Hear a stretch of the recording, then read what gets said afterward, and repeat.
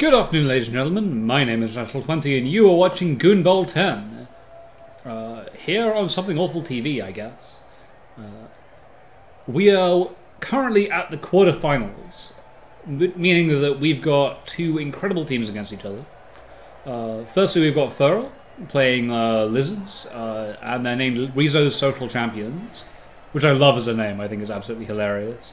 All of the names of these are terrible quotes from a person called Riso in the IRC, and you should never ever listen to him or anything that he really says, because he is a complete moron.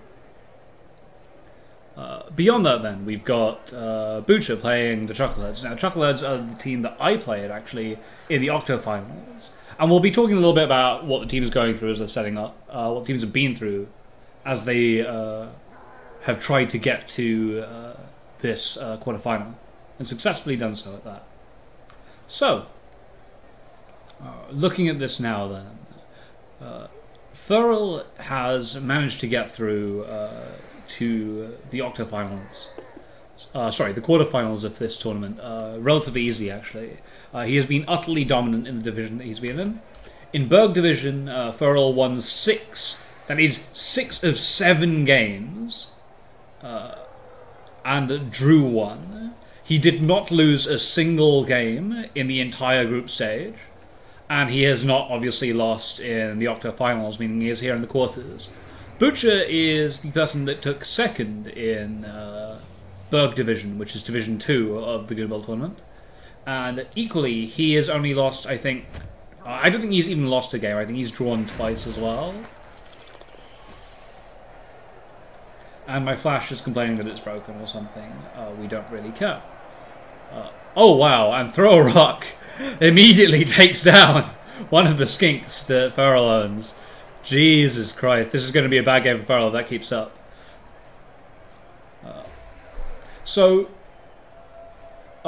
Bootcha in the group stages did very well. He didn't really drop any important games. In the octofinals, he came up against me, and unfortunately I dub-sculled the game-winning pass, resulting in my elimination and probably the saltiest people have ever heard me on the internet. Riso performs what I call the Lizard Shuffle, where he passes a Black Orc down the line until eventually he gets pushed over. And continues to punch the Black Orcs with his Sorai. And amazing, he manages to do it with his Croxagore as well, who doesn't fail his Boundhead roll. Down goes the Black Orc, but no casualties there. It's going to be very, very difficult, as always, to score casualties on the Orcs. They have far too much armor, and they are far too good at what they do. 2 seconds. I'm going to open up one thing, which is the IRC. Gobbled Up says the cast is blank at the moment. Hopefully it's not. I should have been able to fix this. It says I'm live, and if it isn't, then that is some sort of hilarious problem with my internet. Okay, he says it's working now. Wonderful. In any case, Furril's going to cage up here. He has enough strength behind that cage that there is nothing that Bootcha can do to it, really. He has one blitz into the Sorai, and they really just don't care. Interesting that he's using a liner to guard the Croxagore. And a Wrestle liner at that doesn't seem like a very good idea. What I would probably have done in his place is, if he's got a spare player which doesn't have block, use that. So yeah, I would have put Jerry Seinfeld on the Croxagore, because, meaningfully speaking, if you're going to... Oh, okay. So this is interesting. I think he's just rubbing players up against the cage to try and pressure it some more. Legitimate play, to be honest. If he can get pressure on the ball now, then he can try and get the Lizards into a pickup match, which the Orcs win because they've got sure hands, and the Lizards I don't think do at the moment, unless I have misjudged. They do not appear to. They do have catch and sure feet on one of the skinks though. Starved for poison carrots, apparently. I've never heard Riso give a quote like that, but who knows? We've got a blitz coming in. He's going for the quick cage corner here. Very, very smart to do. Fails the GF5, gets the reroll. Defender stumbles, attacker down, he's got tackle. Very wise to have lots of tackle on this team. It seems to be working against the lizards, and it will work very well against the skinks. It made sense for him to get tackle, knowing that he would play me in the Octo Finals and then go on to Furril in the quarters. I was playing High Elves, and many of my players had Blodge, and the tackle really, really ruined them. And the skinks here, obviously, well, so the lizards are still playing the lizard game. The lizard game being very, very simply, kill the skinks, and you win the game, because the Saurai cannot handle the ball at all. Is it Saurai or Sauruses? I don't quite know, but I'm going to say Saurai for now, because it feels a bit better. Players thinking about what they're doing at the moment, they've got no real idea. Probably just going to shuffle their players about a bit. Jordan Stewart moves back into the left. I guess he's acting as a bit of a deep defense for sideline push if it goes down that way. Orcs have got right in the face of the lizards here, but they're still facing a strength disadvantage. Because of the guard, I think, that sat on some of the lizards. Yep, so there's guard on the Croxagore, so...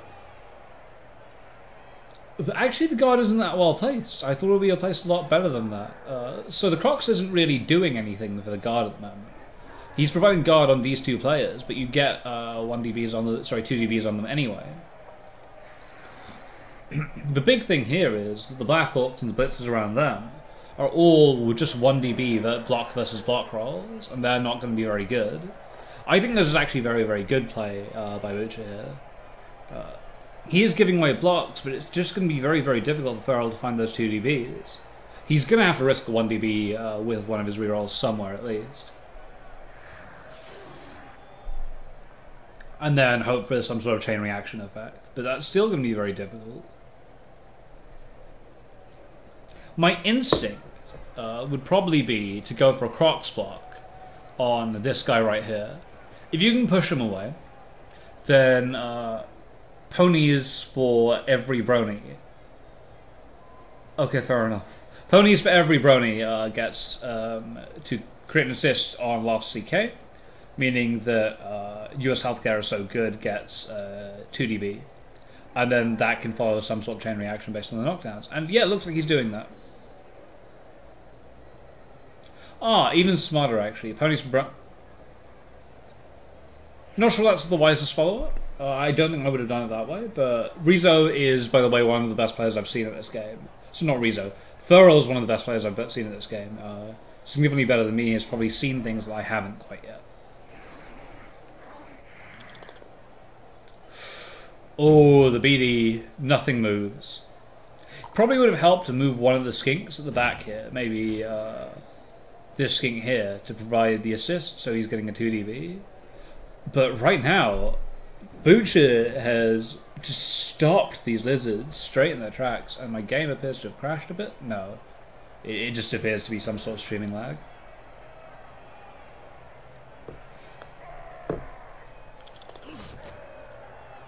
Free market my ass. Knocks down Woody Howland, but no injuries there. This is going to be... I assume that Furril would have the advantage here, but it just doesn't appear to be the case. That ball is relatively safe. It's not going to be blocked away anytime soon. But he's going to have difficulty moving this cage as long as Bootcha keeps on just tightening that noose of Black Orcs they've got around the lizards there.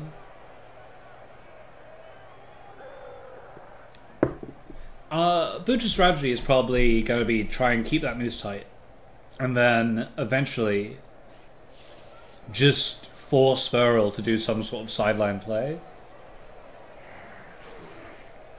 That would be my guess anyway. But I am obviously not the players playing right now, so I've got no real idea of what they're thinking. Could be right, could be wrong. That is the nature of Blood Bowl and life, as it turns out. Riso taking his time. He's only got 28 seconds, 27 seconds left on the clock here. Not Riso, Furril. This is the problem, right? When you name your team after somebody else in the IRC, I just get the names confused. Oh, it's Saurus Ball time!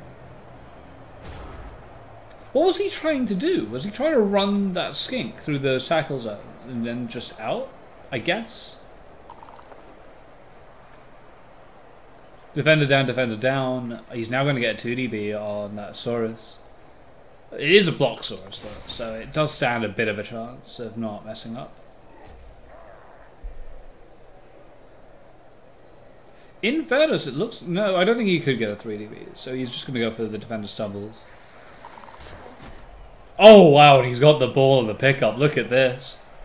Blitzer hasn't even moved yet, and there's nobody in position to take him. Just run him away. Mark up the skinks. Game over. That is some seriously good work there by Bootcha. That was an incredibly good set of punches and just movements to surround the players.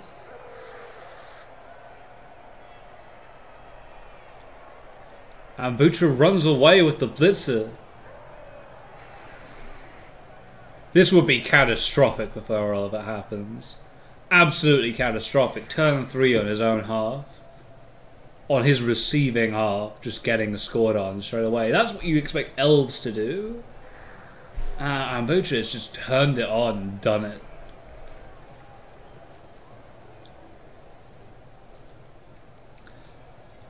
The best part is that's even a tackle blitzer sat on that skink right there. So the skink doesn't have his dodge skill. He's gonna have to burn a reroll to be able to get there.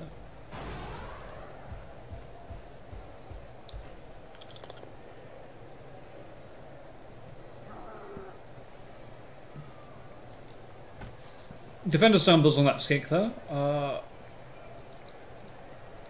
not sure I would have done that. I probably would have made the blitz on this skink right here, because this skink has 1, 2, 3, 4, 5, 6, 7. This skink has sufficient movement to get to that ball carrier.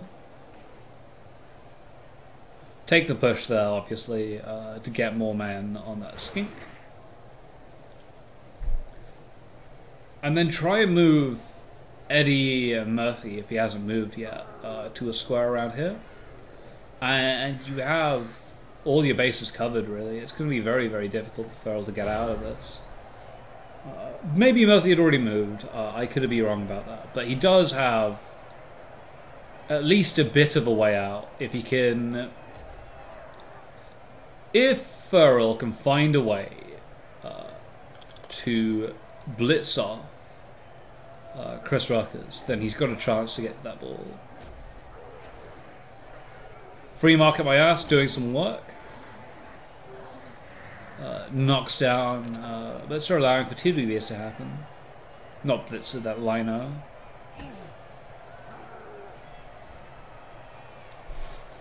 Furril appears to be following the advice that I've given him. Now he's got a 2dB, I think, on laughs.ck. And that lets him free up this Saurus right here, who can then go and blitz away Chris Ruckers. And get marking, at least, on Sean Williams-Goff. I just don't think that you try for the blitz this turn. I think you just try and inconvenience his movement and stop him from getting out easily. Defender down pushed from that Saurus right there. Ponies for every brony needs 3 more SVP and he levels up again. Furril has been doing a lot of work on this team. He's got a lot of touchdowns and a lot of key players. It's why his Sauruses are very, very scary. All of them have block. One of them has break tackle block, one of them has my 8-bullet block. Oh, and he gets an injury on the back orc. That is huge. I don't think Bootcha's going to APO this. He's thinking about it, I think. Nope, off he goes. But that is huge. That means that you can push with strength advantage a lot more easily.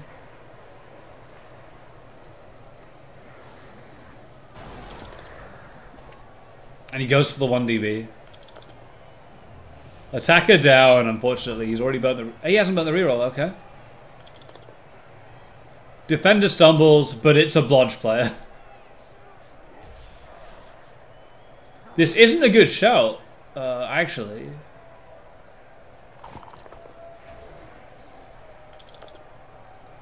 Lots of skinks are there. Lots of skinks are able to do things. I don't think it's going to be too tough for Bootcha to come out of this.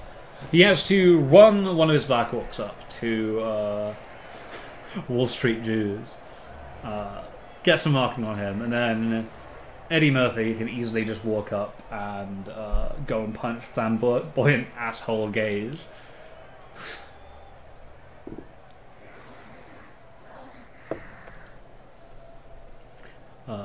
Furril has to get congratulations for the names on his team. I'm loving this so much. Monarchy gets a bad rap. Misspelled. Pro-fat shamming. I think he means pro-fat shaming, but I'm not certain.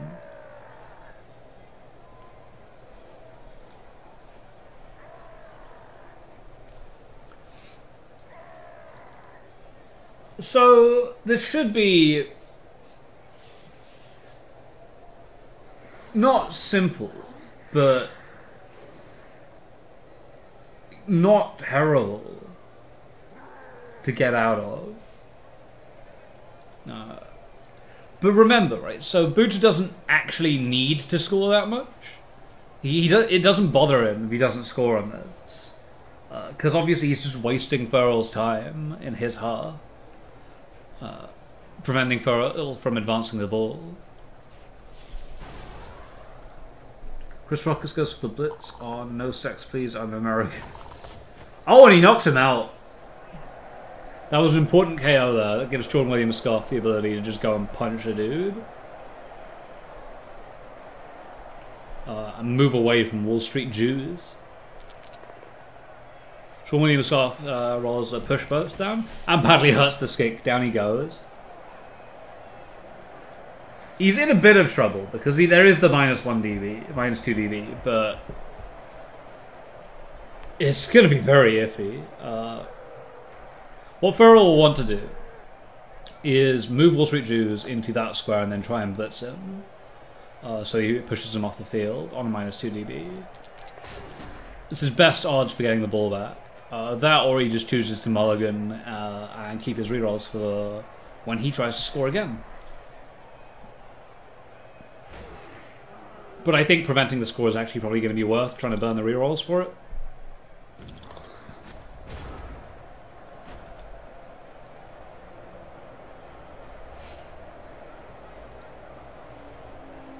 Stunty. Yeah, Stunty has been doing work this game.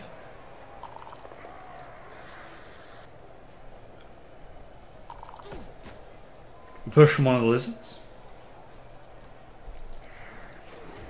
Jerry Seinfeld has been doing work. He has been getting up and been getting punched every single turn. He's just been keeping at least one of the lizards in place, who's just worth a lot more than he is. It is quite incredible to watch. But I do want to see if Furril just goes for the -2. I think it even might be a -3 DB at this point. The Crocs makes his move, walks all the way back down. Oh, and he's in position. That's some good work there by the Crocs.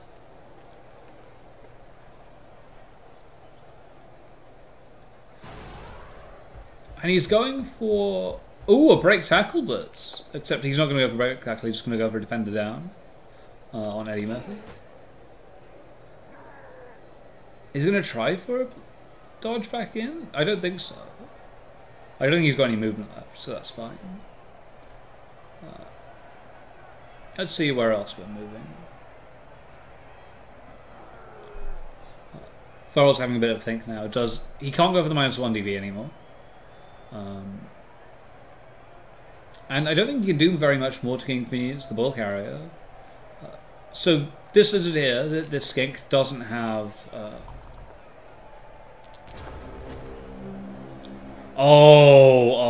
and the dub skulls from Pro Fat Shaming. Relatively simple way out now. Quentin Tarantino punches Wall Street Jews. If he fails and doesn't knock him down, he pushes him into this square, giving Chris Ruckus another punch. to push him away again. So he's got 4 dice on this one lizard, and then failing that, he still has dodge away, and like he has a reroll on the dodge as well from dodge.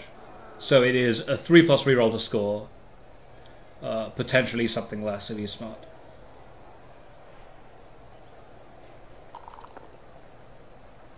Defender down, stumbles, defender down, defender down. He's going to go for the defender down, I think. There he goes. Easy score. Just walk the ball in. Game over. Not game over, but walk the ball in. You've scored on turn 4 of the... when you were kicking. Which is an incredible result for the Orcs. They've lost to Black Orc, but they've taken out 2 skinks at the moment. And it looks like Furril only has 1 replacement skink, so he will be down a player next turn. As will Bootcha. Oh, and he knocks another one out. No fear here for Bootcha. Making all the blocks that he can before running that ball in.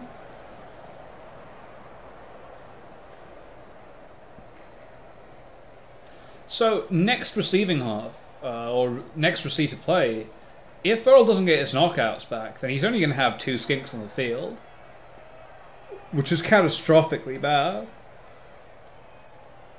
This is why Orcs are so dangerous. They can just punch better than almost anybody else. The Orcs just walk the ball in. 1-0 up. Orcs seem very pleased with themselves. I'm going to press escape and see if we can go through that. Casbox has 1 Black Orc, 2 skinks. Oh, but Furril does get both his skinks back. So he's only going to be down 1 player, I believe. And have 4 skinks on the field, which is more than enough, really. Given both teams are now going to be 1 player down.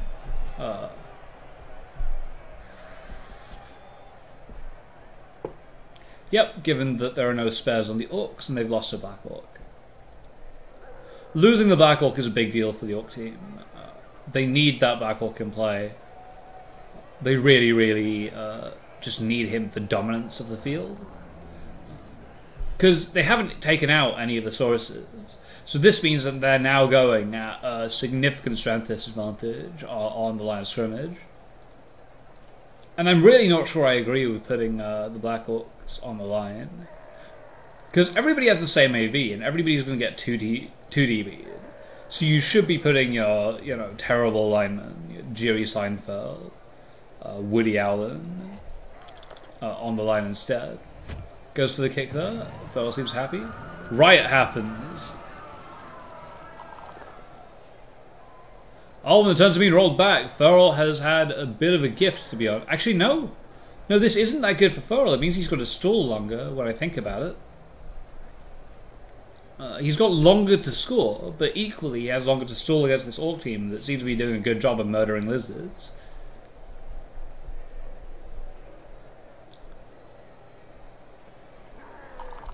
It is now a bit of a war of attrition. If Furril can take down the Black Orcs faster than he loses skinks, then there's a good chance he can still win. But equally, it's going to be much harder for him to do that than it is for Bootcha to be able to take down the Orcs. Sorry, the skinks. Obviously because of the AB differences. The fact that Bootcha has tackle on everybody who's important. Bootcha's team is actually very, very well built when I think about it. Oh, fails the pickup. Eats the last reroll from Riso Social Champions. It's going to be very hard for him to score now. Can't afford any mistakes, can't afford any bad dice.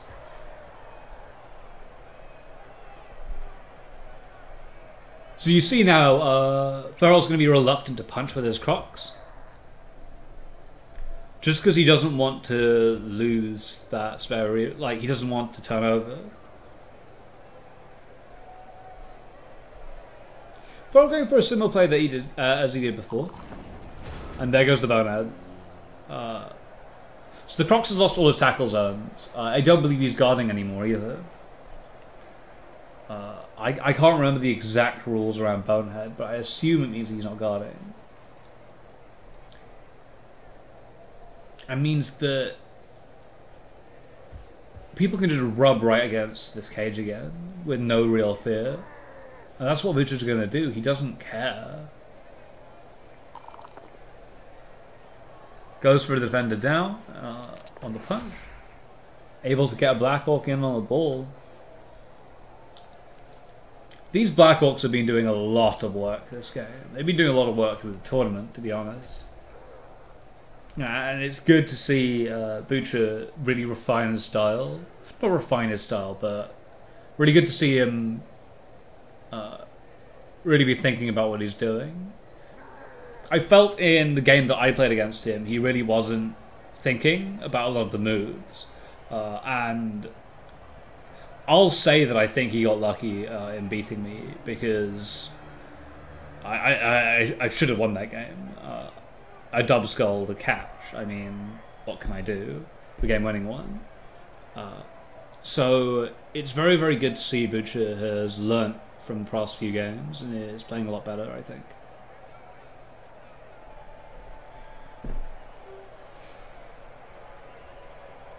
So he's got assists here. I don't know what he can do, but he's still got his blitz on the table.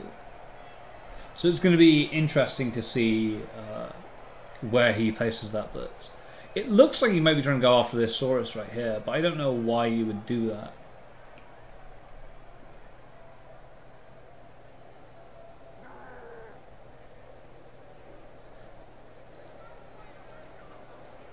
It is very, very difficult to tell what Bootcha is playing right now. Goes for the blitz.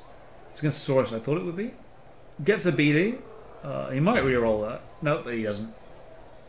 I think it's wise not to reroll that. He's got players in on the ball. That's all he really wants to see. Eddie Murphy is going down for a bit of a deep defense alongside Sean Williams Scoff. I assume that Cackletop is going to move up as well. Just provide more of a threat on the ball. But I could easily be wrong. Or you could easily have moved and I just might not have missed. I might have missed it myself.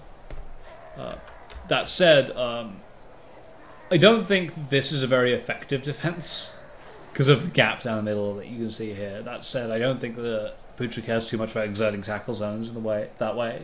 I think he's more concerned about just a skink breaking away and making sure he's got people there.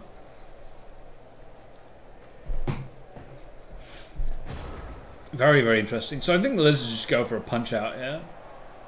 See if they can take down more Orcs in combat.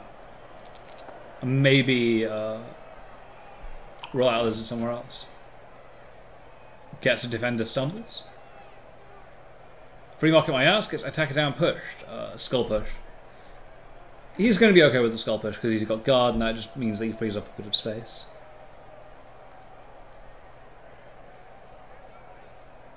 And it also means that this Lizard right here, I think, has 1 DB now on Quippen Tarantino. Yes, Quippen Tarantino.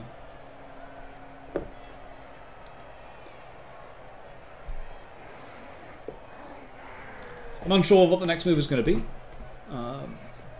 Furril is going to have a long think about this. He likes to have his long turns. As he should, given the kind of game that he's playing right now, where everything is on the line, where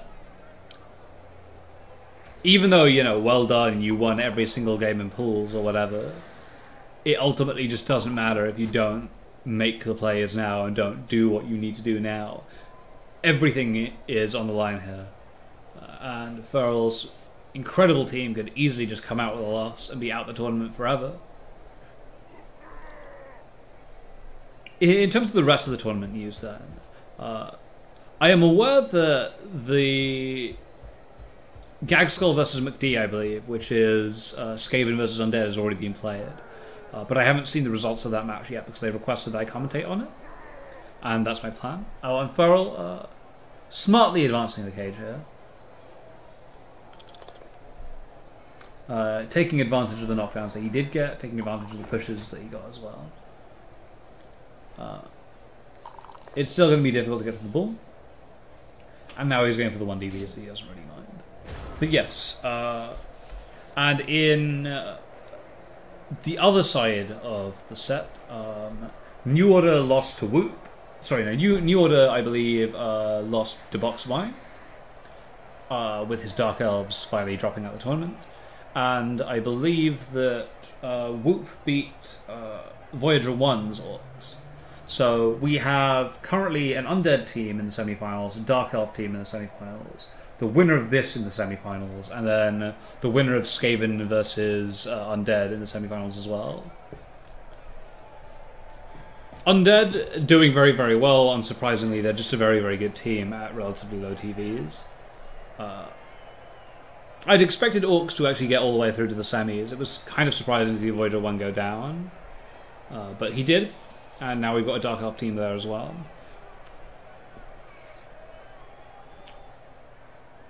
Whoop's Dark Elves, by the way, are one of the more dangerous teams in the league, I think. Whoop was able to substitute in later on in the league than most people were because of Steel Ball and his Wood Elves dropping out. And as such, I don't think he went through the same level of meat grinding as we did.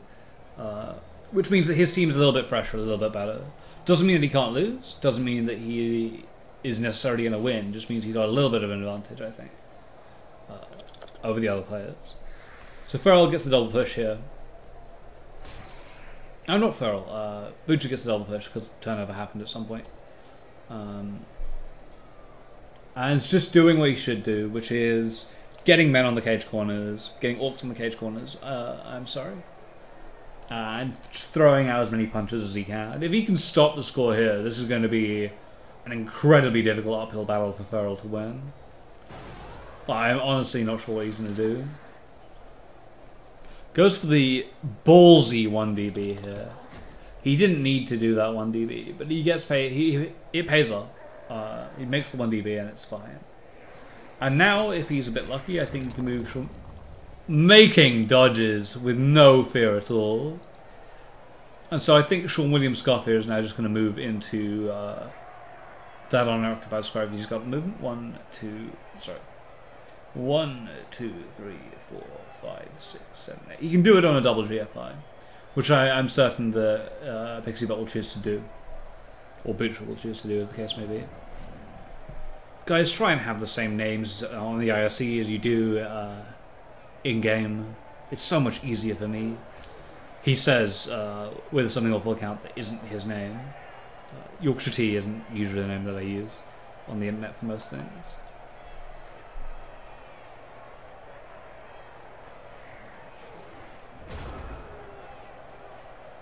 I'm surprised by that. I would have put Sean William Scoff there, no fear. Double GFI, who cares? I am a bit of a ballsy player when it comes to that kind of stuff, but I think that would have been the right move to make. Could be wrong. I could have miscounted as well.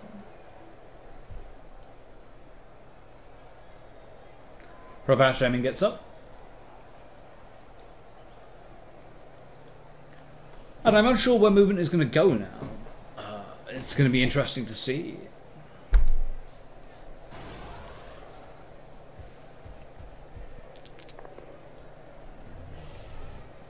Saurus there gets the push.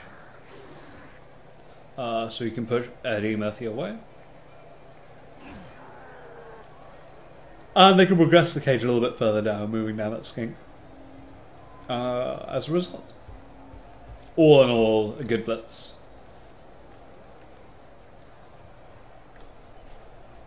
However, he can't score from here, so it's going to be... make some backwards movement. Passes to the skink with catch. I'm not sure what Furril's planning here. I don't think the backwards movement necessarily was the best thing that he could do, but he's got to be thinking of something. Of just some way of scoring. Probably around the right-hand side, or baiting Bootcha so he goes to the right and then just gets punched on the left.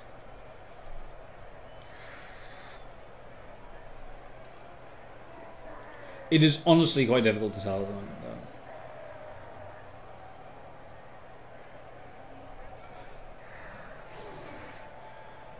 Starved for poison carrots. Furril having a good old long think about this. He doesn't know where to go. I don't know where he's going to go. It's going to be difficult to figure that stuff out.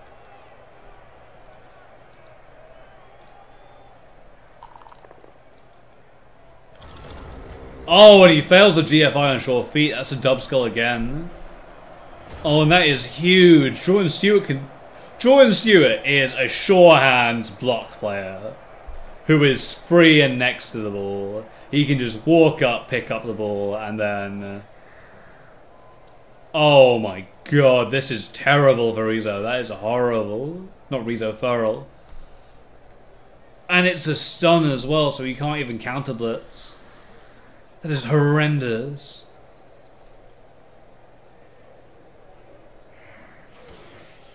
Jerry Seinfeld gets the push. And this is a disaster for Furril. Absolute disaster. There's a good chance that Bootcha can score twice this half and then be receiving next half, which is likely another touchdown, at which point the game's over. Picks up the ball, walks over surely to the cage. Oh, he's not going to go big. He's just going to try and defend this ball and stop Furril from scoring with it. I'm not sure I would actually do that in his position. The way his players are set up, like, just go for the touchdown.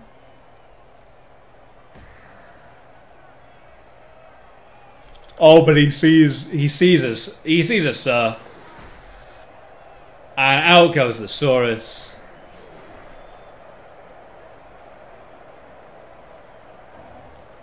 Being stomped on right there.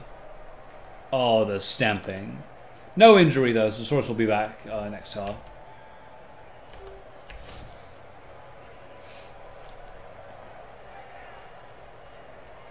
Goes to the push on the 2DV against the Skeek. Quite happy to do that even under guard, because the guard gives +1, meaning the Skeek has an effective strength of 3. Meaning that the Blackhawk still has a 2DV and doesn't really care.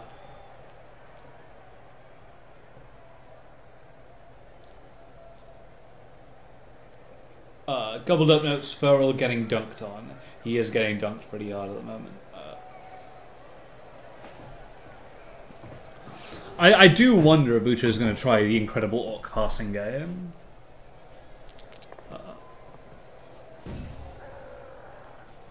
Block versus block.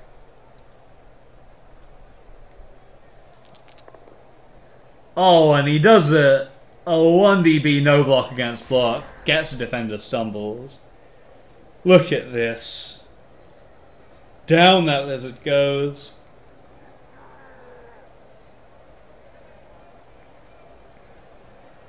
And it's just a bit of a meat grinder at the moment. Furril is just isolated here. Can't get anybody around this side. Really. And yeah, I think Bootcha legitimately has a chance of scoring again.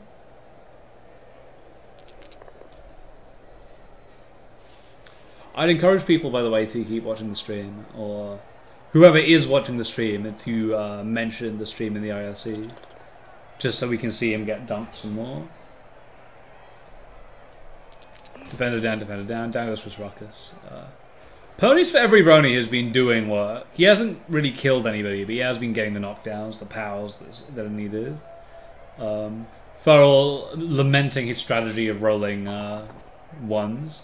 It is a poor strategy, is rolling ones.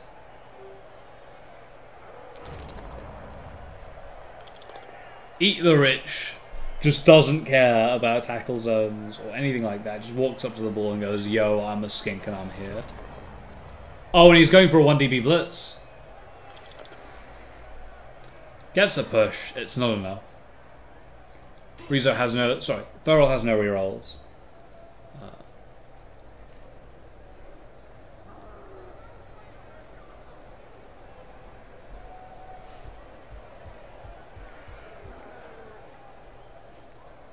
Sesame Street Pedos wraps around this Blackhawk right here. Defender down pushed on that punch. Oh, and he breaks armor as well. So there is an Elf Bowl style play at this point.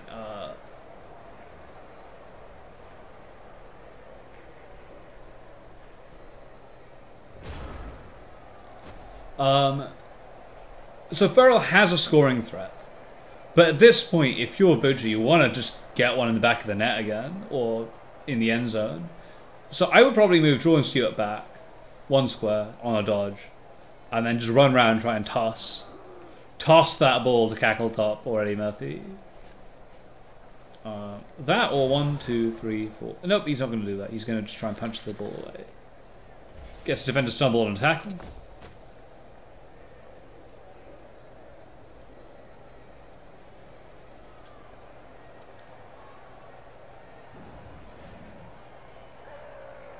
I still think that there is a play involving a very, very ballsy 5+. 1, 2, 3, 4, 5. Hurl the ball. Defender down on the skink breaks armor, which is what he wants. At this point, you hurl that ball to Cackletop. You run Cackletop down, and you just try and get the score. Because realistically, Riso can't score. Sorry, Furril can't score anymore. Realistically, he's got no chance. So you should just go for it. Go for broke. Try and score. Because there are 3 rerolls on hand at the moment, on deck, for the Chuckle'eds. I don't think he's going to do that, though. Going to get the push on Ponies for every brownie. Doesn't really do anything.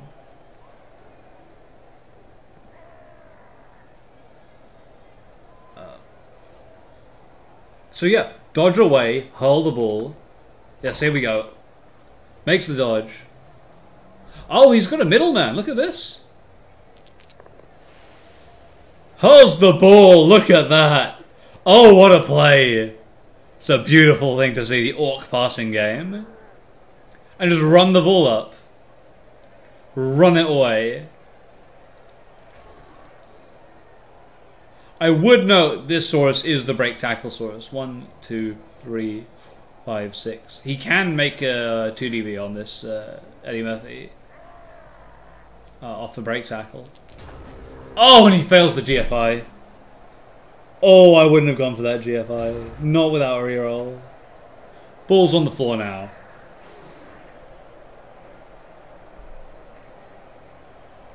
I think Furril has to go for... Literally has to go for the Saurus passing game. This is incredible. Furril has to do it. What? Hurl that ball. Somewhere interesting. I don't know, maybe to one of the skinks standing up around here. In fact, it has to be to eat the rich.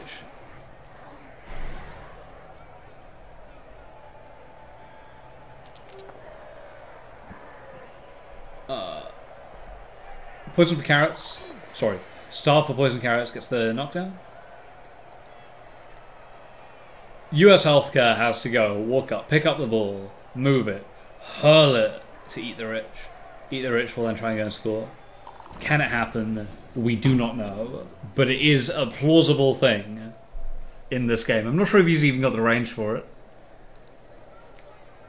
But at this point, what can Furril do? He's got to try. Bootcha can't score, so you might as well just try and make the score now. And it fails. Fails the pickup. And now Bootcha just gets to punch people for a round.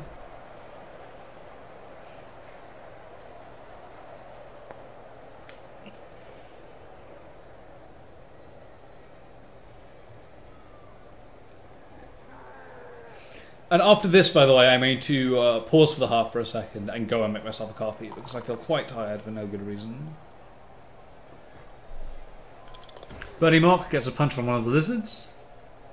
Monarchy gets a bad rap, gets knocked down. But yes, this has been an absolutely horrible half for Furril right here. Terrible half. It's going to be hard for him to come back from it. Especially if, like, he loses a Saurus or something. Like, were I in Bootcha's position, I would probably just get enough players around, Boney's very brony, and just gang foul the crap out of him. Just get him off the field as quickly as possible. Because this part of the drive, the second half part of this half, hasn't been actually that great for the Orcs. They haven't eliminated any of the skinks that they wanted to. Yeah, so they've still just got the 2 out. So they haven't eliminated anybody. And they're still down a Black Orc themselves. So it's just a bit difficult for them at the moment. Is he going to go for a Crocs punch here? It looks like a Crocs punch is coming, guys. I haven't seen a Crocs punch in ages.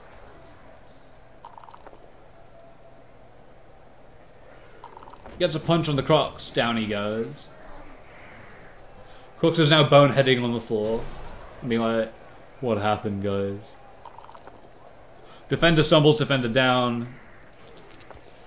No injury, unfortunately. So Sean William Scott is just going to stand there.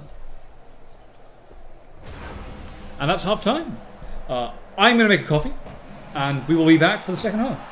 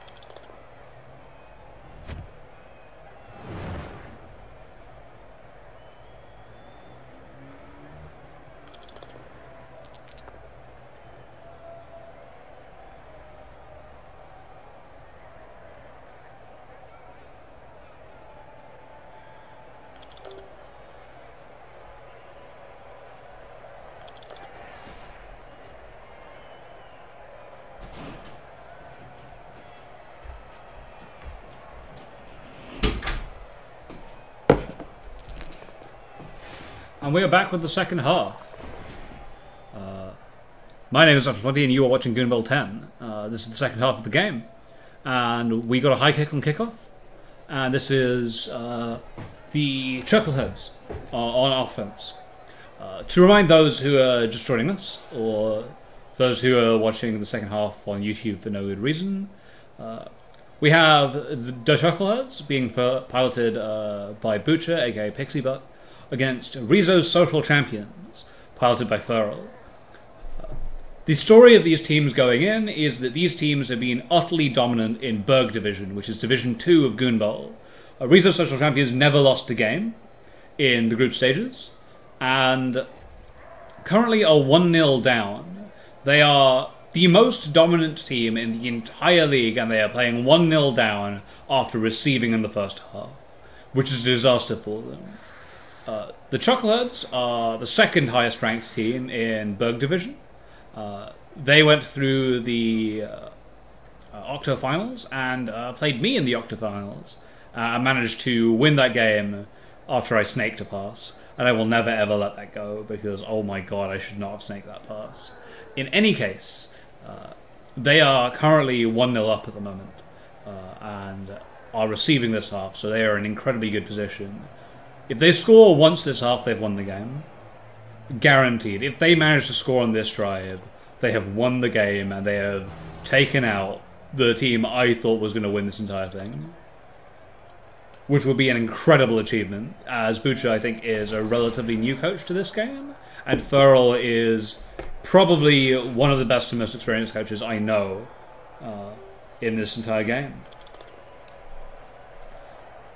So, blocks on the line here, and then Jordan Stewart, who is Bootcha's thrower, picks up the ball, first time 4+, and can move it forward if he needs to, move it back if he doesn't want to. Lizards actually have very, very good range on their players. Their Skinks have movement 8, and all of their players, just genuinely all around, have excellent movement. All of them have at least 6, which is just very, very good for Lizards. But wisely, I think he's keeping them just out of range. 1, 2, 3, 4, 5, 6, 7, 8, 9, 10.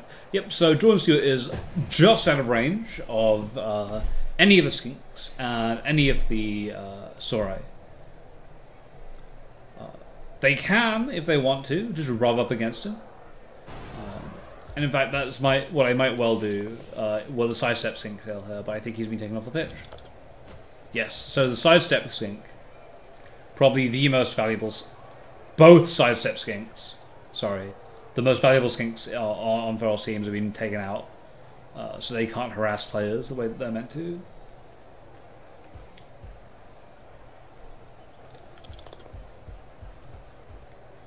Crocs moves, occupying a large number of players, as the Crocs is wont to do. But I don't think Furril really wants to put too much pressure on the ball. He's happy at the moment where he is. I'm not sure that's wise, actually. I think that Furril has a very, very, very big obligation here to put pressure on the ball and try and score.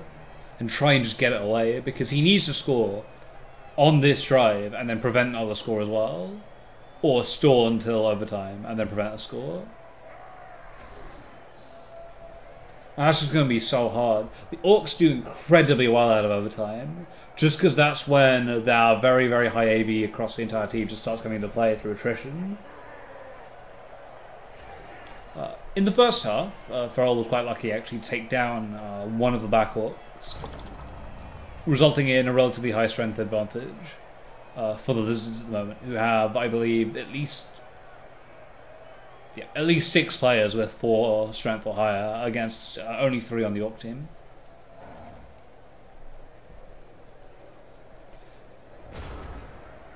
Furril wisely, I think, has moved a player to threaten the ball. No sex, please, I'm American. Cackletop there manages to go and punch one of the Skinks. Doesn't do very much, but moves him out of the way. And means that Jordan Stewart can easily just get in and slot in right here. Bernie Mock needs to punch ponies for every brony. And then Quentin Tarantino and Jerry Seinfeld, I assume, will fulfill the role of the next two cage corners. Ooh, and down goes Wall Street Shoes with the armor being broken right there. For those who don't know, by the way, Riso Social Champions is a team that is based on the offensive things that occur in the IRC called Riso Says. Riso is an absolute tool, and you should never ever speak to him, because he is a tool, and probably quite racist. Well, he is quite racist. We still don't know why he hasn't been banned yet. I think it's because Yappo thinks he's a mascot or something, and not just some sort of giant racist tool. And a Nazi, apparently. So there we go. Gobbled Up pointing out that Riso is in fact a Nazi. So yeah, that's the kind of guy who says, you know, who talks about Sesame Street pedos or pro-fat or is pro-fat shaming. Don't be pro-fat shaming, by the way, guys. You don't know why somebody is fat. I don't. And I am quite fat. No, I'm not. I have many qualities that make me a nerd. You know, the typical nerd who is sitting here commentating on Blood Bowl with a cup of coffee, with his DS and phone right in front of him. There are many qualities that make me a nerd, but being a fat neckbeard, unfortunately, is not one of them, or not two of them. I think it's because I have a metabolism that's very, very good. Makes me skinny as hell, but there we go. I assume skinny nerds are actually just as much of a stereotype. In any case, the dodge fails, Sean Williams Scott falls over. Break tackle, here we go. Push defender down. Down goes Woody Allen. And there is now some real pressure on that cage.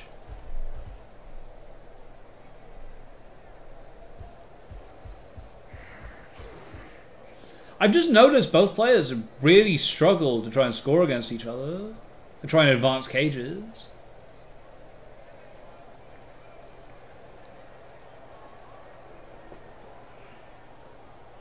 Bootcha's in a fair bit of trouble here, I think. Lots of lizards are pressuring that cage right now. He can walk back and make a pass, maybe. The question is then, who does he pass to? And how do they advance the ball?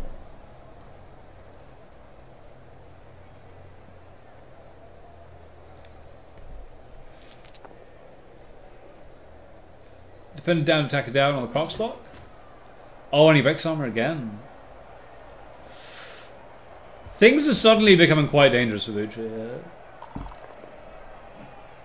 Defender stumbles, down goes Rock and Williams. Coffee is caramel flavoured, by the way, it's actually quite nice. My housemate recently bought an espresso machine, and they are some of the nicest things in the world. So there is space to play for Bootcha around here. He's going to need to make a couple of blocks. So the big one's going to be Quentin Tarantino blocking away the skink, and then giving John Stewart the ability to just dodge away and walk through. He's still dodging on a 3+ after that. Gets the BD, which is what he really wants. But takes the push instead. I can understand doing that, actually. Because that gives John Stewart the ability to move here, and then move and advance down the side. Into the safety net of Orcs right here. I'm not sure if he can really make a cage, but he can definitely try.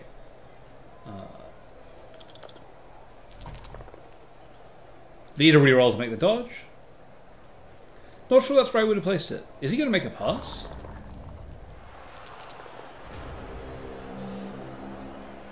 Why did he make the pass? He could have handed it off. That was a bizarre play. Why would you do that? Now Furril has all the time in the world now to do what he needs to do. Just get to that ball and try with a skink and try and score. Fortunately, gets a push skull. So doesn't knock down Cackletop. Goes for him again, gets the defender down like he wants to. Breaks armor, unfortunately doesn't injure the Blitzer, but that'll be good enough to get more lizards on the ball. It's important to note here, though, that Bootcha has a winning strategy, just sitting orcs around the ball and just getting to a giant brawl in the middle as well. That is a winning strategy because he just needs to stall for a 1-0 and still wins. This is what is so dangerous for Furril right now. He has to find a way to get a skink to the ball. Whether the dice are with him or not, it doesn't matter. Still, he's looking good with 4 lizards surrounding that ball right there.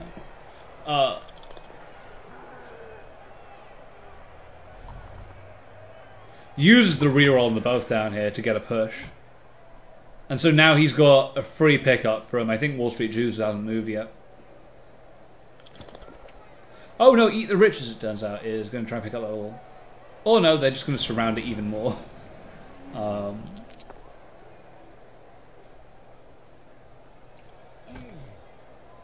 Very, very fortunate there for Bootcha. The Crocs is boneheaded this turn. Means he can get a lot of his blitzers who are out of position right now back in. BD push to get Monarchy gets a bad rap just out of the way, so Eddie Murphy can move in and try and murder a ball carrier. Gets defender down on Skink here. Pushes him onto the ball. Oh, the Saurus has picked up the ball. It is now time for Saurus ball. The tactic now is to get every single player that you have near that Saurus. And just try and stop any sort of passing action from going down. Sean William Scoff has to get up here. Defender stumbles, push. Skink will be happy to dodge away right here.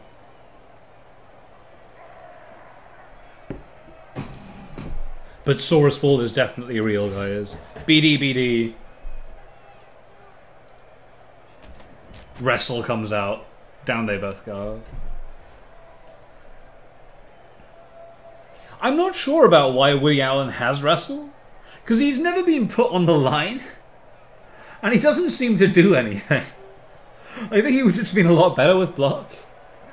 Because there doesn't seem to be any real strategy behind like what he's doing.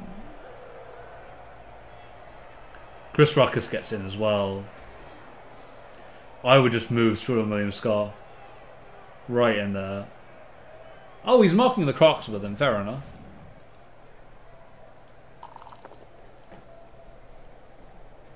Down push. No sex please, I'm American, gets stunned again. Both down war between the Break Tackle Saurus and Black Orc right here. Just punching each other's armor, not able to do anything really. This is still quite a turnaround for Furril. He might well be able to actually do something with this. Just by perhaps trying to free up a Saurus and making a handoff, but handoffs are going to be very, very difficult, obviously. 2 Sauruses.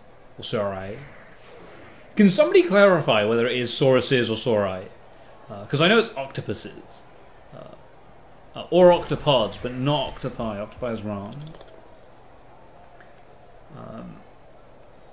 And if you have ever played Banjo-Tooie, the octopuses in the water level are called octopus. Sorry, are called octopuses, octopods, and octopi. And they are all individual characters who will die.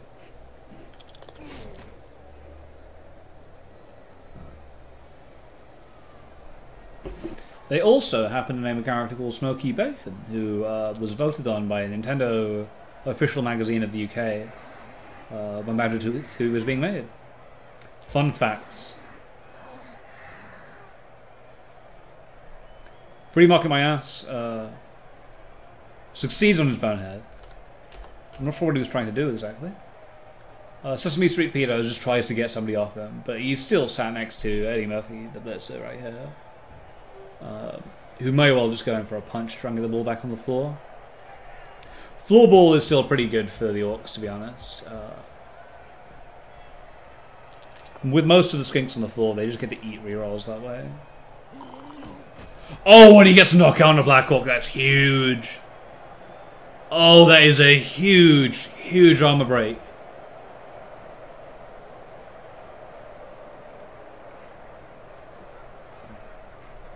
Now the game has got interesting. Furril has an advantage here. He really does. Now he's going 6 strength 4 people against 2 strength 4 players. I can't see where the other Black Orc is, actually. Oh, there he is. He's hidden behind the source right here. Look at him. Bunny Mock. Still, there is the potential of 1 DP.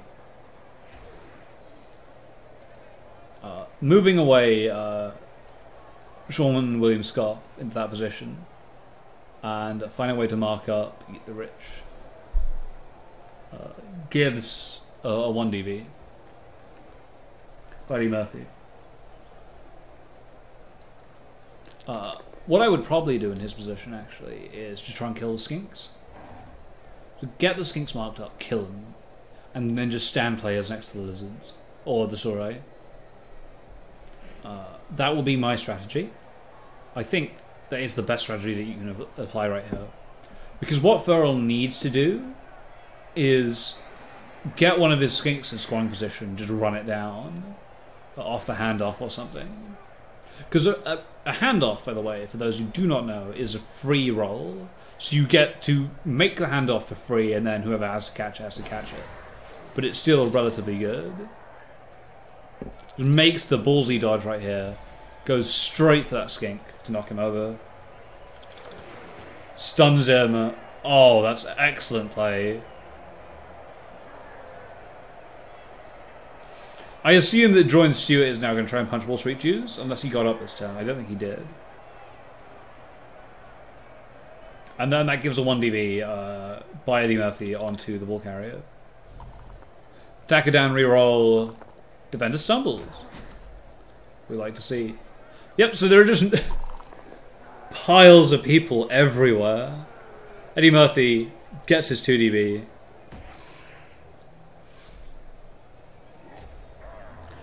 I don't think that was that good, actually. I think you were in a much better position without pushing him. Because if you look at this now, this lizard here can punch away Eddie Murphy. And there's just a single blitz needed to push away the Black Orc.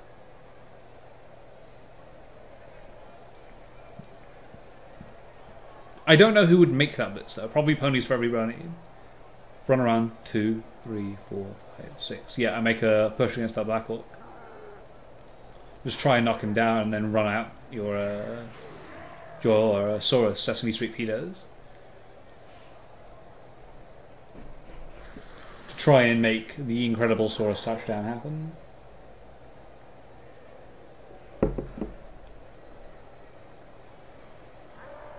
Oh, Skinks. Look at Skinks, they're such an adorable model. Look at him. Play going on right here. Defender stumbles against Eddie Murphy, who just dodges away. Oh, really? Oh, that is a ballsy punch to make. And he makes it so well. And Sesame Street Pedos is free to run away. I can't believe I'm saying Sesame Street Pedos unironically over and over again.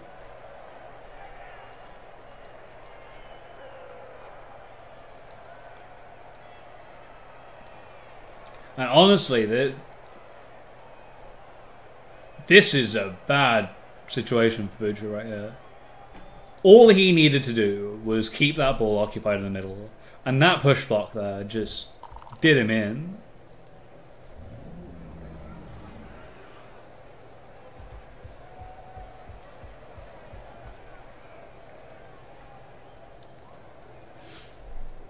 And his Orcs just don't have movement to get to that Saurus Warrior. They just can't. So Furril's going to run this ball in. Or maybe turn 30 and turn 40.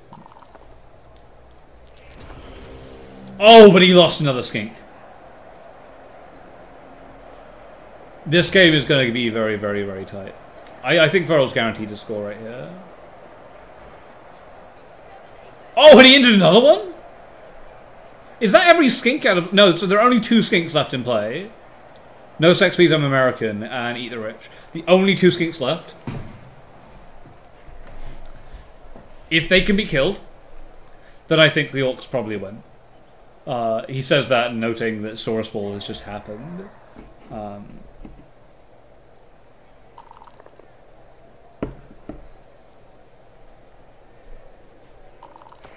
Pro Fat Shaman goes down. He is the AV8 so it's something I should roll minus AV on him.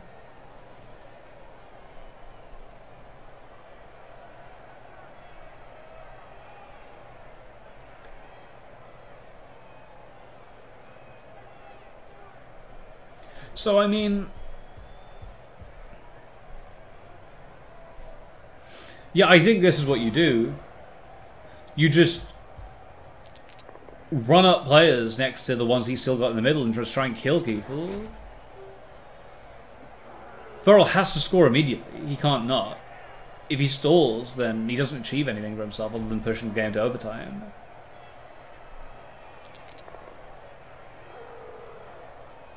And I'm not sure that Furril wants to push the game to overtime.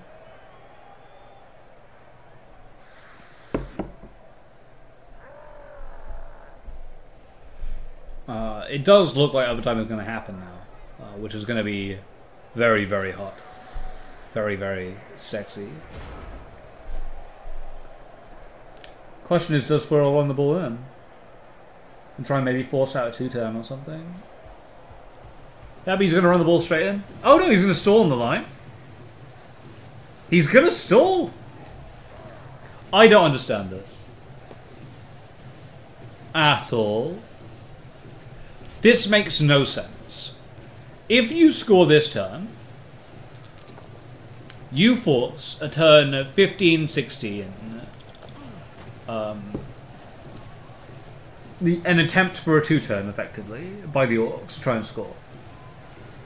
If they attempt the 2-turn, then there is a good chance that they'll just die and fail, and you'll get the ball. If they don't, which is what they should do, they just push the game to overtime. Like, if they don't, then you just push the game to overtime, and you get another 4 turns to try and get that ball back.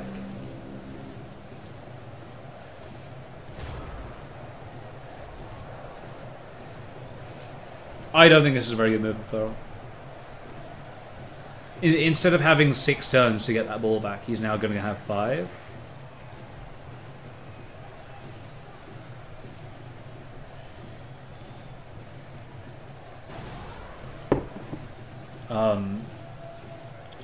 And that's just not what we like to see. This does have potential to go for a very, very long time, until all the skinks are dead, basically.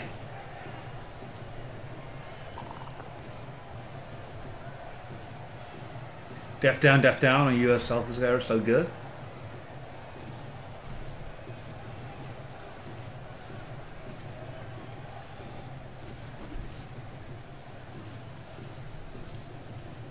By the way, all this overtime experience is just from the one game of overtime I've ever had in Blood Bowl, but overtime, so the way overtime works in this is if the game ends in a draw, 4 turns get added to the clock, and whoever is the winning team at the end of the 4 turns wins.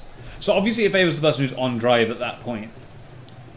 And overtime significantly favours the bashier of the 2 teams. I think Orcs are slightly bashier than Lizards are. Ever so slightly.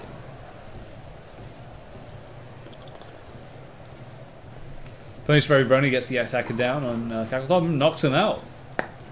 Down goes another blitzer. Kaz boxes are adding up right here. The Orcs have only lost 3 players, and 2 of them are only knockouts, but it's still significant. The important thing is here, every leveled skink is now off the table. So there are now only 2 unleveled skinks. And we get another both down war there. I would score if I were Furril this turn. I would just do it.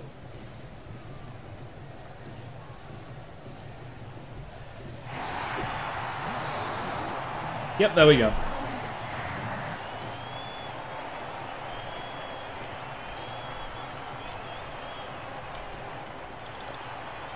Oh, and the Orcs get both of their players back. They just obviously don't get anybody else. Now the Orcs are going in with 10 men against, I think... I want to say the Lizards came in with 12, so they've now got 8 men on the field. The Orcs can't obviously score in this part of overtime, but they have obviously the next 4 turns of overtime afterwards. So they have 5 turns to score, and then have to prevent maybe 3 or 2 turns from the Lizards.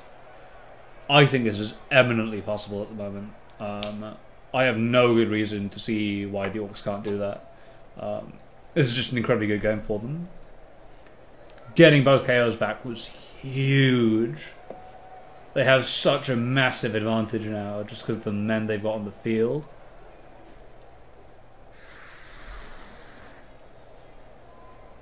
Like, they're still playing down strength, but I don't think they care that much. I think they're happy to just elf the hell out of this. Because Orcs can do that, right? Orcs have a passer with pass, so they have the ability to do limited elfing. Changing weather, nothing very much happens. Kick is pretty bad, actually. He places it right in the hands of the thrower, who's going to be happy to pick up that ball. Defender stumbles, down goes the Saurus. Who's the break tackle Saurus. Pushed, pushed. He's just going to push him into the middle right there, I think. Oh no, okay. And he follows up, okay. Interesting. I'm not sure why you wouldn't follow up with Bunny Mock, but you would follow up with Tarantino. I can't see the reasoning behind that. There might be something there that I don't see.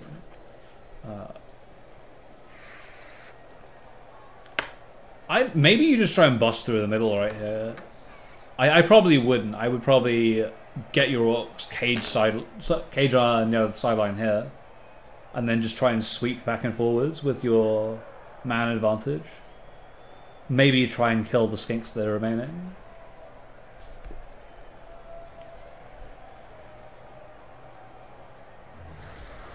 It's interesting that he's choosing defense so deep. So remember, overtime goes 4 turns. So the Orcs... The Orcs do want to stall out as long as they can, but they want to be stalling out here, not down there. Because now the midfield is just a massive disadvantage for the Orc team. Because both these Black Orcs now have blocks going against them. Like, free blocks. Fortunately, the Black Orcs decide to... So Sesame Street Pedos, the only Saurus without blocks the only Black Orc without block, and rolls BD BD, eating a reroll, and then rolls Push Skull instead. You don't want to be eating rerolls now. You don't get any extra during overtime. Pro Fat Shaming just gets pushes, which isn't great. Not really what he wants to be doing. He wants to be knocking people down. He wants to be trying to get injuries right now. Because injuries at this point in the game will be devastating for either team. Just taking players down will make overtime that much easier.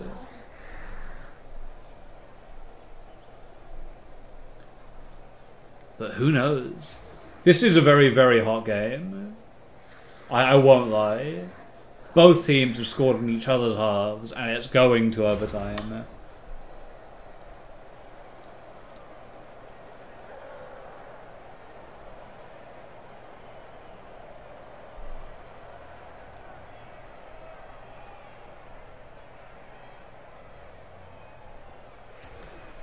Furril's actually played very, very well. You've got very, very good distribution here of his Lizards. Eats a reroll again. Oh, just don't make blocks with a Black Orc that doesn't have block. Don't do it. It's bad. But you can see here that he's got 3 and 3. So there's no weak half to go down. I would probably say the half of the Crocs is probably the weaker half. Because the Crocs can't make blocks as safely as everybody else can because of Bonehead, and also because he doesn't have block. This is very, very interesting. Bootcha choosing to go down what I think is the wrong side. But he's got his cage, so he doesn't care.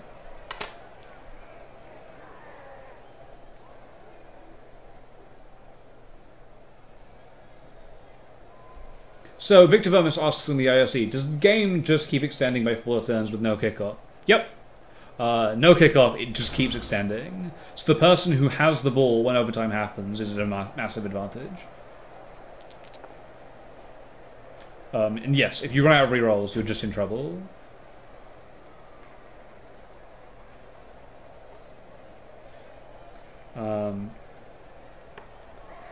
This is honestly just madness. I think the overtime rules are much better than the Blood Bowl 2 overtime rules. Because the Blood Bowl 2 ones are just, you roll dice, right? Until somebody wins a dice roll. Whereas this is much more active. I think it's you roll dice until somebody... and just choose whoever gets the highest dice roll. But you get to add your rerolls to the dice that you roll. So you just get to roll as many dice as you've got rerolls left. So it makes reroll conservation a thing if you're going for a draw in overtime in Blood Bowl 2, but reroll conservation is already a giant thing in normal overtime. And I just think normal overtime is so much more tense, so much more difficult to play. Bootcha actually has a bit of an advantage here. He played overtime in the last game against me, so he already knows a bit about how it works, which is why I think he's quite happy to just sit back for a bit.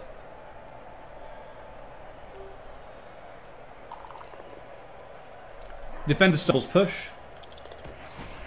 Quentin Tarantino just knocks him right down. And so Bootcha can easily advance his cage now. What he probably wants to do is get some guys on this Saurus right here, blitz him down, and then just form up a cage around this corner here. That's what I would aim to do. I would have Woody Howland there just walk up to pro fat shaming. I guess he's providing an assist here on that punch, but I just don't think it's much better to block up and stop pro fat shaming from moving, because he's well out of position right now, and you have a man advantage, so it's just a good idea to keep people out of position as far as you can. Oh, he's advancing the cage down the right hand side, it seems. Very interesting. I don't think the progress is fast enough, though. I mean, unless he's just like, fine, screw it, we'll go to 24-turn overtime. Which he can do. And that is a thing. Oh, why would you go for it? Oh no, so he's got no rerolls left. He has just gifted the rerolls.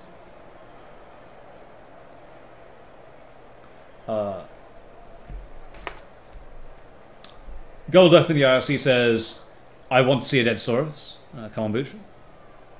I do want to see a dead Saurus if I can. I want to see a dead Black Orc as well. I just want to see one of the Orcs die, because I don't think that Bootcha has lost a single player this entire tournament. Or at least it doesn't look like it.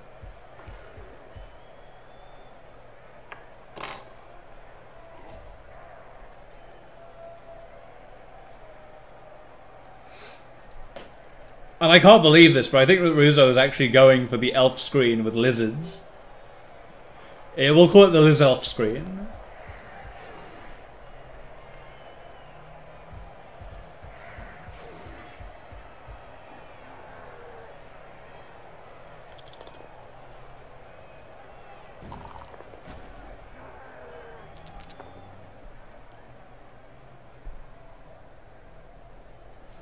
So he gets about a and push.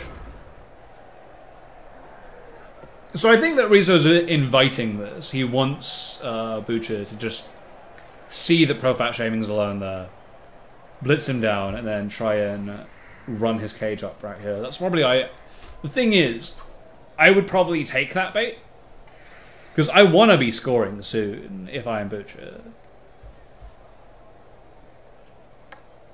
And it's just going to be very, very hard to do otherwise. But instead they're just going for a brawl in the midfield, it seems. Push defender down. Going to take the defender down. Down goes Bronies for every Brony. Actually quite smart, because now Bootcha can advance this cage down the left-hand side here.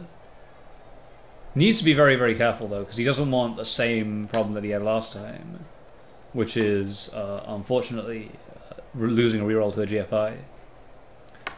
Definitely doesn't want to see that happen, so we'll see how that works. Oh, bad play. He should have moved into that square, though. And tried to punch out Sesame Street if he could.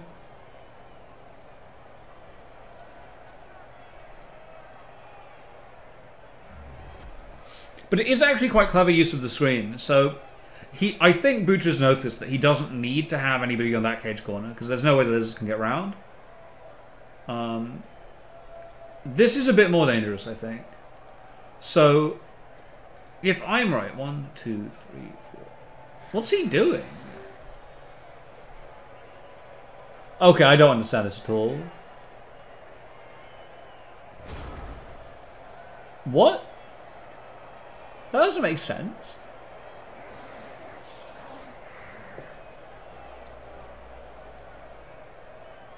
One, two, three, 4, 5, 6, 7. So a skink can easily just make it there for the punch. I think. If that's what Furril wants to do, he can do it.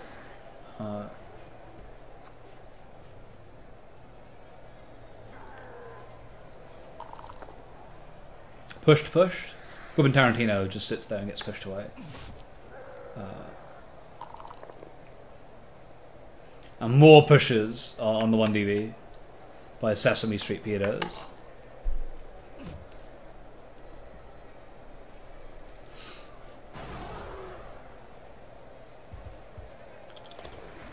And more pushes again. Oh, that's tragic. Rerolls for attacker down push. Skull. So he rolled push, reroll skull push, and that's the last reroll that the social champions have.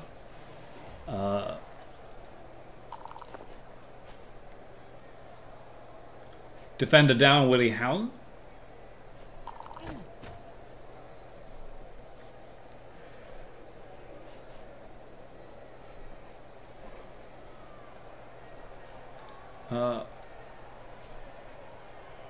One, 2, 3, 4, 5. Yes, so if you look at that movement, there is now a way to move the cage and just progress it down.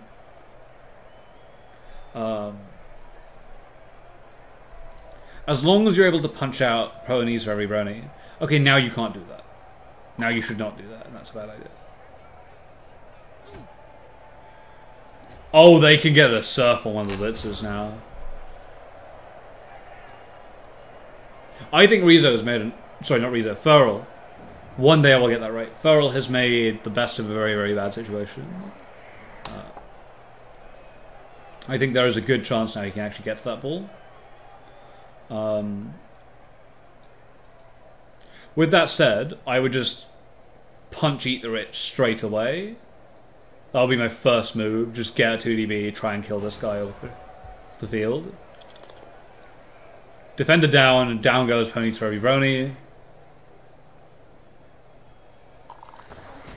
He gets put down on the floor. On the floor? Both down, defender down. We'll take the defender down. And he's freed up a space to move up.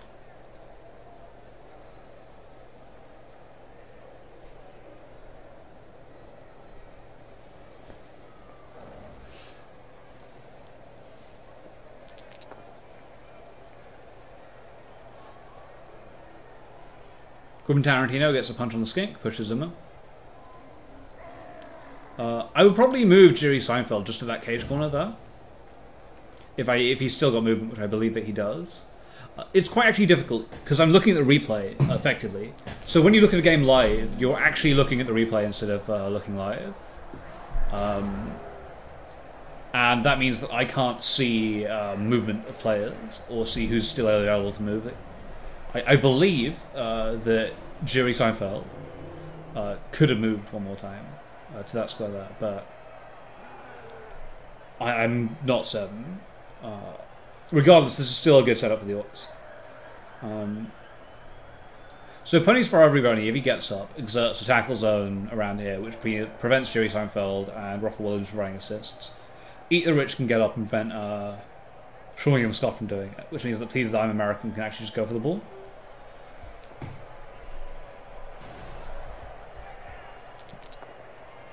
Defender stumbles. Lee Murphy just casually dodges away with his blodge. I think this is one of the big advantages of this Orc team. They have 2 blitzers who have blodge, which is just very, very good. I can't believe he's rolled 2 doubles on 2 blitzers. And the Crocs just making the plays, making the big moves away. The Crocs are still like the thing I think that's keeping Furril in the game right now.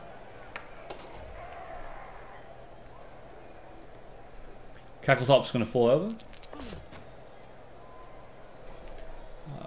Because that Croc has been making big old plays as free market my ass. He's been moving around. He hasn't boneheaded way too much.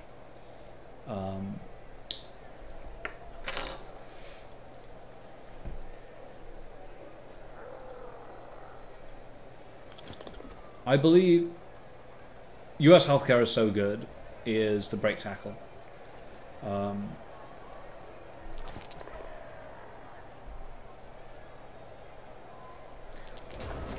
Oh, that was dangerous, obviously, because Sean William Scott has tackle.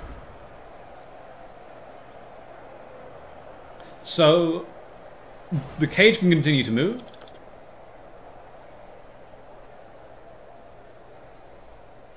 And Sean William Scott is just going to push that skink into the corner right there.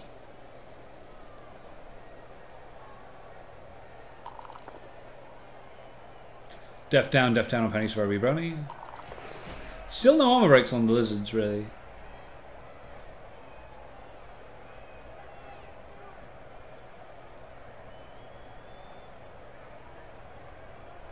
But the Orcs are getting perilously close to actually being able to score from here. 1, 2, 3, 4, 5, 6, 7, 8, 9, 10, 11. So on a full move this turn and then a GFI next turn, the Orcs can score. And with the way marking is, I probably would actually try that. Because there are only 2 skinks on the field and they're here. And this skink is in trouble because he's going to have to make at least 2 dodges to get away against a tackle player. And Jordan Stewart can just walk down. And none of these guys can actually just break free. Because they're all marked. And so yeah, Jordan Stewart just walks down. He's got the dreadful... He has the dreaded GFI into the end zone to deal with.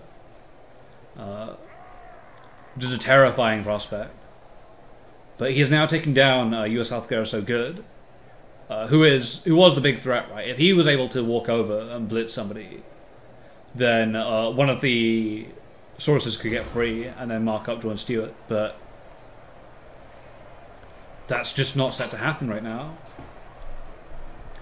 So this is tense. I don't know what Furril can do here. I think he's just in a lot of trouble. He's going to have to try and make a skink block. I think it's the only way.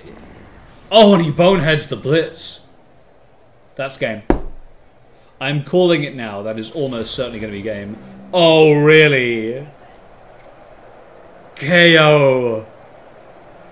KO on the skink. On the dodge. Skink needed a 4+, rolled a 1.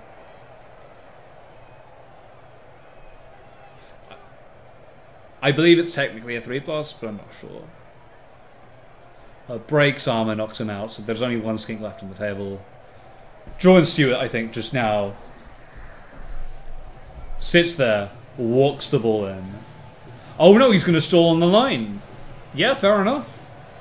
I think you should be doing that. mark up the other players. Nobody can get there. The skink has 1, 2, 3, 4, 5, 6. So that skink does have the movement to be able to get there, actually. 4 minus 2 dB. But nobody else can move. Nobody else can move. I think Furril's going to go out. This is unbelievable. Bootcha has just played... He has not failed many roles, that is fair, but he has played an excellent game of just grinding out Blood Bowl. Grinding away lizards. And just knowing this overtime mechanic and knowing exactly how it works. Just playing it to his advantage. I'm very, very impressed by this game from Bootcha, actually. I did not expect him to be able to get through Furril. Unless Furril can do something incredible, that's just how it's going to be. That's just the way it is. Things are going to be the same.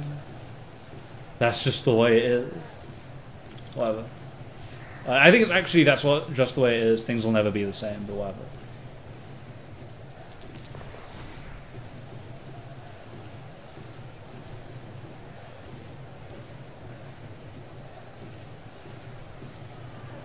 And I think he ends his turn here. I don't think he has anything else to do.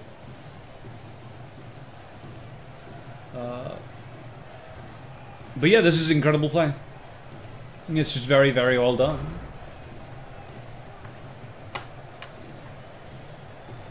US Healthcare is so good, gets up. Sesame Street Heroes. Defenders down, defender stumbles. Down goes Ruffle Williams.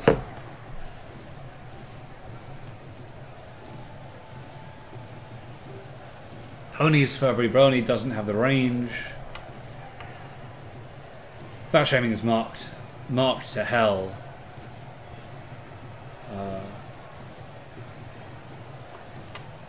I mean, maybe there is the Crocs DVs.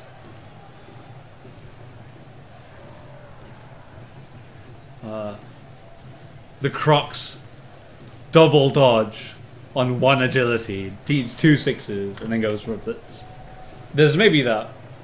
Or the minus 2 DB from a skink who has to make like 15 dodges to get away from a tackle player. Pro Fat Shaming goes for a punch against Eddie Murphy. Gets a push, and he's going to be happy with that. It doesn't really do anything, but it's not terrible. It doesn't cause turnover.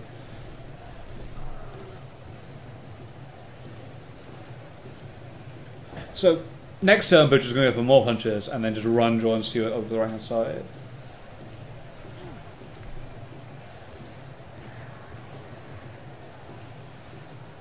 So he's just out of the range of anybody irrelevant.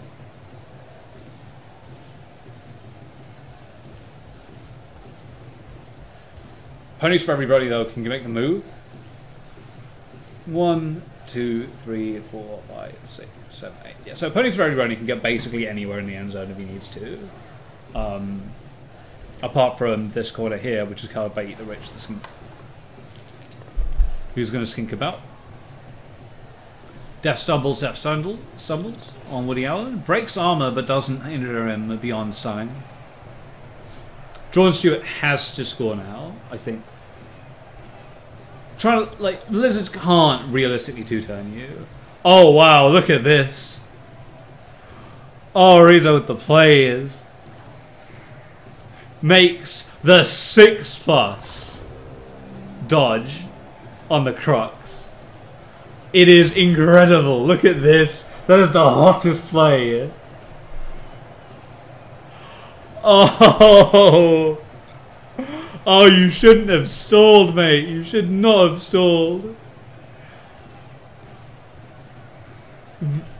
The hottest Troxicor players brought to you on time to stop the stalling. It's like Domino's Croxigor. It's hot and on time.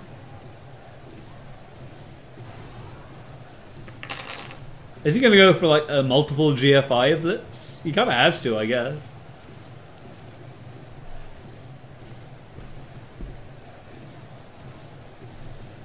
Jordan Stewart, they've got no rerolls. He's gonna have to, I think, make the 4+ dodge away. Who could have seen this coming? Oh, and he stakes the GFI! Oh my god! Oh! Oh, drama! I can't believe this! He might lose the ball on the line! Eat the Rich runs down! Provides the assist! Ponies for every brownies in there! He's gonna get a 3-2 DB! BD defender down, down goes!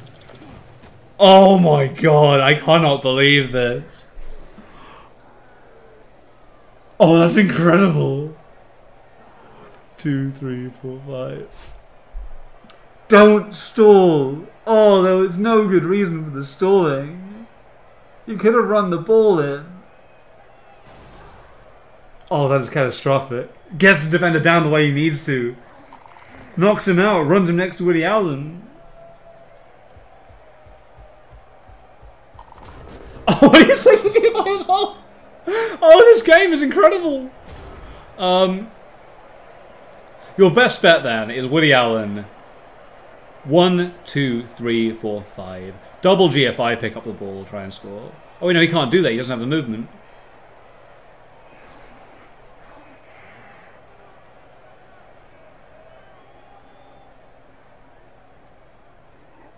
I cannot believe this game has happened. I cannot believe this game is real. This is incredible. It's turn 24. He needs to score this turn to stop overtime. Oh, and it goes out of the play. Where's it scattered to? Oh, this is tragedy. This game. 24 turns in. How is this still happening? Oh, the Orcs played so well. They had to walk the ball in, and then the Crocs 6+ dodge away gets a knockout on Woody Howland. The Lizards might come back from this. They've only got one skink left. They have one person that can pick up this ball. Eat the Rich. The MVP skink who has survived the Orc team.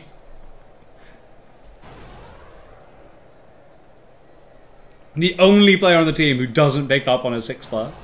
I think it might be a 5+.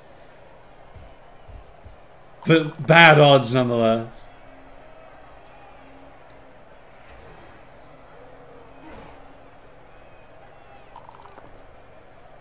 This is the hottest game of Blood Bowl. Free market my ass. The greatest crux in the history of Blood Bowl. Pickup failed. This is incredible. Quentin Tarantino should probably make the 2DB guns for fat shaming. Push him here. Ruckus goes, punches out, eat the Rich.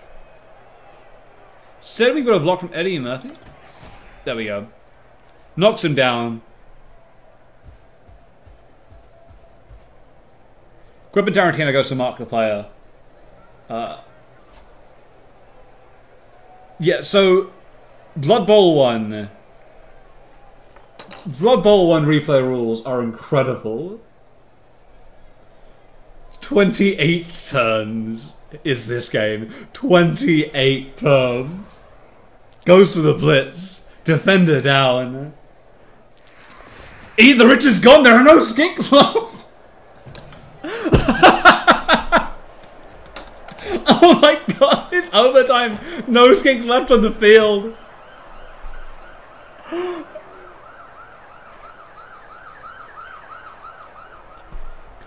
Why is he running away?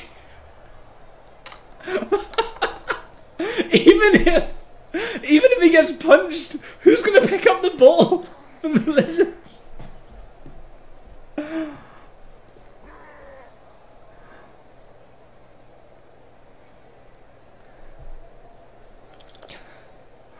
Defender down, defender stumbles, and US healthcare is so good. Oh, punches him out. That lizard has break, tackle, block, and has just done nothing this half because it's just been him being punched. 25 turns. Blood Bowl. Oh, I am so glad I set up Goonbowl. This is the kind of game that makes me happy to watch Blood Bowl. This is the hottest game of Blood Bowl I've ever seen in my life. 2+ dodge, no punishment. He doesn't care about the prehensile tail. Sorry, it's a 4+ dodge.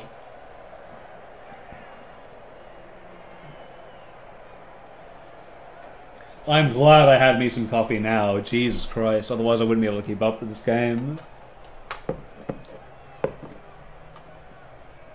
So where are we going to go from here? The lizards, they're penned in. They can't move.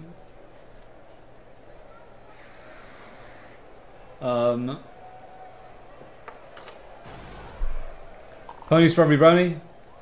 BD attacker down. Takes the BD because obviously then he, otherwise he would just die. Free Mock my ass has to make this block, surely. Try and get himself free. AD, down he goes. Dub skulls out of nowhere. Chris Ruckus has to run this ball in. He's got to run it to a corner somewhere, I would assume.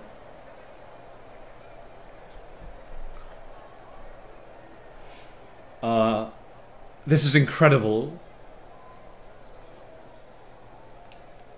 Furril stalls out this game. Like, Furril has kept this game going with that 6+ Crocs dodge. 6+. To make it go to 28 turns of overtime. He has put in an incredible effort from somebody who deserves to be top of division of Berg division. But I think this might be all she wrote. All Bootcha has to do is walk the ball in next turn. Walk it in, turn 27, and try and, like, just... Let's see if the lizards can 2-turn. Because at this point, with Fate the way it is, I wouldn't even want to tempt Fate. I wouldn't want to do it. I mean, that said, right? That said, I think the strategy actually would be to stall till turn 28 touchdown. The reason being is if you've got no skinks, you've got to pick up on a 6+. Oh, sorry, a 5+ if you're the lizards. 1 agility, 5+. And you've got no rerolls. Nobody has rerolls anymore.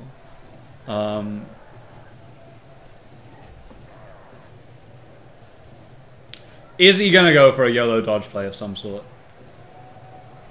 Well, that's being shanghaied by Pro Fat Shaming.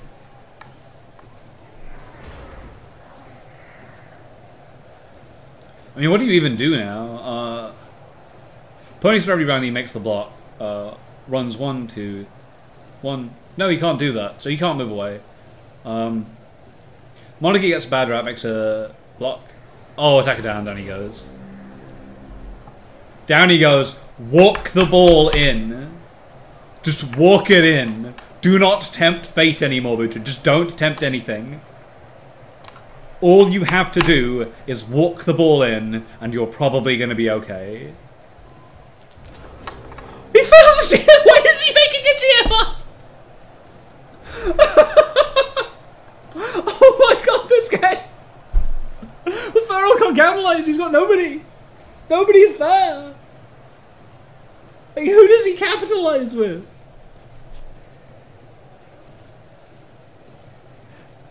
Screw it, just make the dodge! You're doing it on basically a 6+ as it is anyway. Pushed. And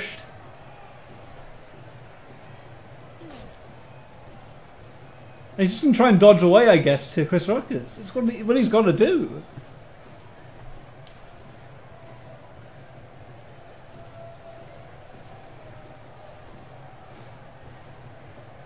Furril, make the dodge. It's the only thing you can do. You can't stop the score otherwise. Nobody else can do anything. Oh, and he makes it! He makes it! 5+ dodge. Doesn't care. He just doesn't care.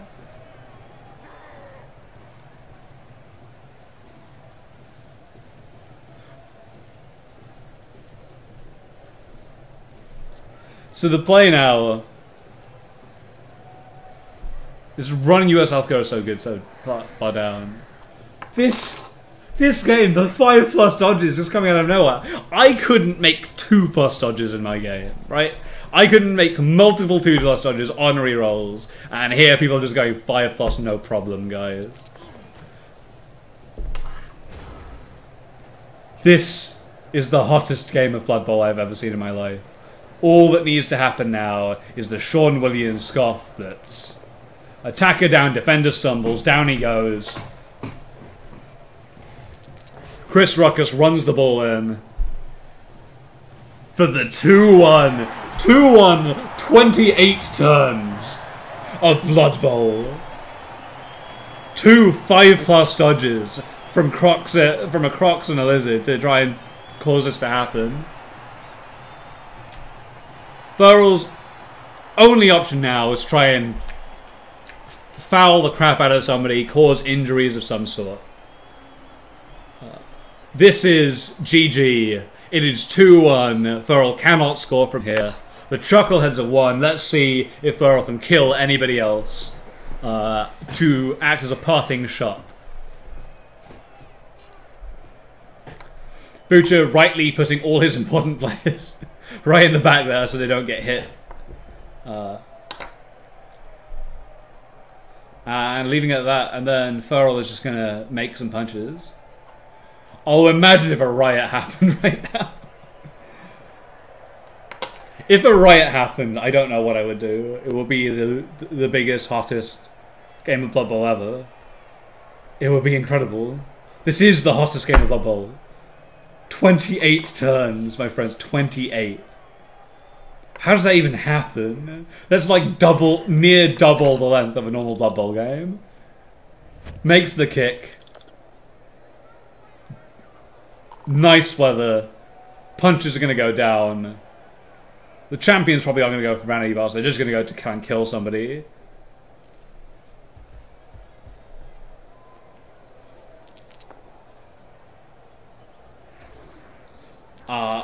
Gets the punch. Crocs just walks in and goes, I don't care. I'm going to try and kill the things I can. Hasn't broken armor though. Ruffle Williams goes down. Will Woody Allen go down as well? Probably. With these dice.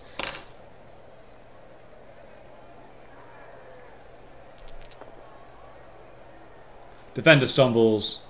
Down he goes. Down goes Woody Allen. Right. And here comes the foul. Where's the foul? We want to see the fouling. There we go. US Southcross so good. Breaks armor, but unfortunately doesn't cause an injury. And that is the end of the game. The end of the game, 2-1 up to the Chuckle'eds piloted by Pixie, but Furril, the champion of Division 2, goes out. He goes down in the best game of Blood Bowl I have ever seen. Oh my god. Ladies and gentlemen, I do not know how things are going to top that. The crowd is going wild. Thank you all very, very much for watching. My name is Natural20, and we are just going to check out exactly what's going on right here with the MVPs. And that is it. I am going to walk in. I'm going to validate the match if I can. Goonbowl X.